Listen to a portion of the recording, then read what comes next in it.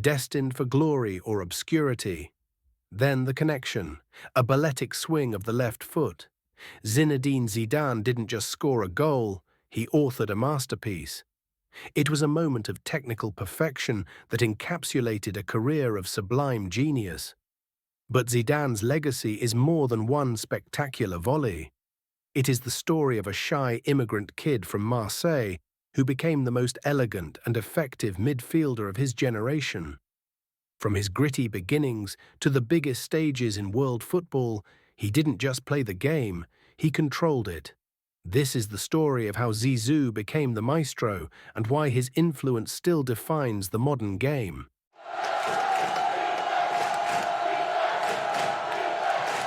Zidane's story starts not in the marble halls of Madrid, but in the tough housing estates of La Castellane in Marseille. Born to Algerian immigrant parents, football was his escape and his language.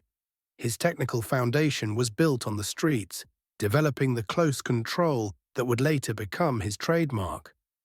His professional career began quietly at Caen, but it was at Bordeaux where he truly emerged. He wasn't yet the elegant superstar. He was raw, often fiery, and physically imposing. Here, he honed the vision and the passing range that convinced Europe's elite he was ready for the next step. This was the apprenticeship where the street fighter learned to become a general.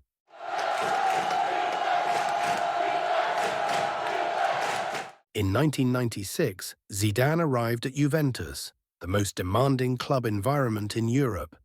It was here, under manager Marcello Lippi, that he transformed from a flair player into a formidable team engine. This was the era of the legendary Italian midfield, Deschamps, Davids, Conte, and Zizou. He was pushed deeper, becoming the team's metronome. His role was not just to create goals, but to control the tempo, shield the defense, and transition the play from back to front, with those signature turns and laser-guided passes. While they reached 2 Champions League finals, losing both, his time in Turin molded him into a complete midfielder. But the true peak of this era arrived on the international stage.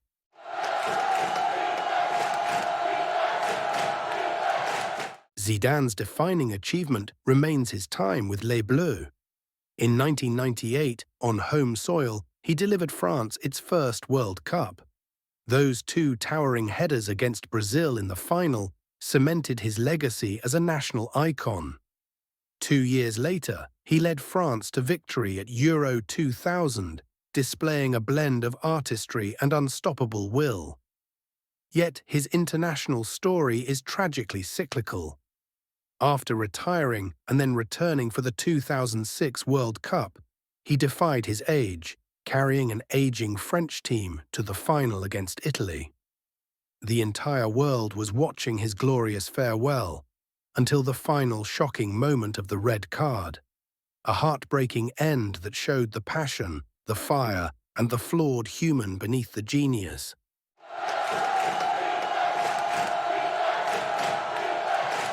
In 2001, Zidane became the most expensive player in the world, joining Real Madrid as the crown jewel of the Galácticos era.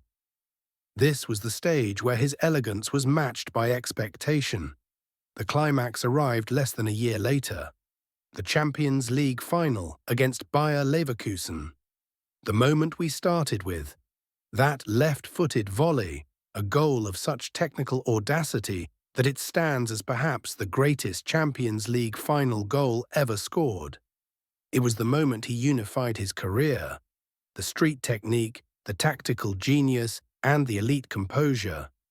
He left the pitch not just as a player, but as football royalty.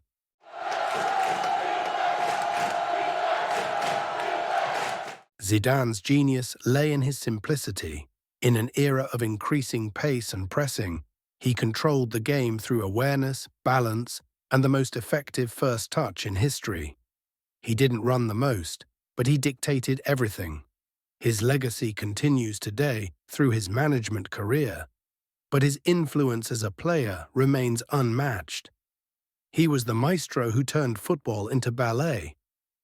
But did his moment of genius in 2002 outweigh the trauma of the 2006 red card?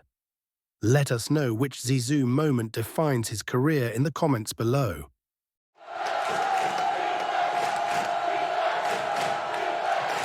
What other club, player, or a dramatic history should we explore next? Let us know in the comments below.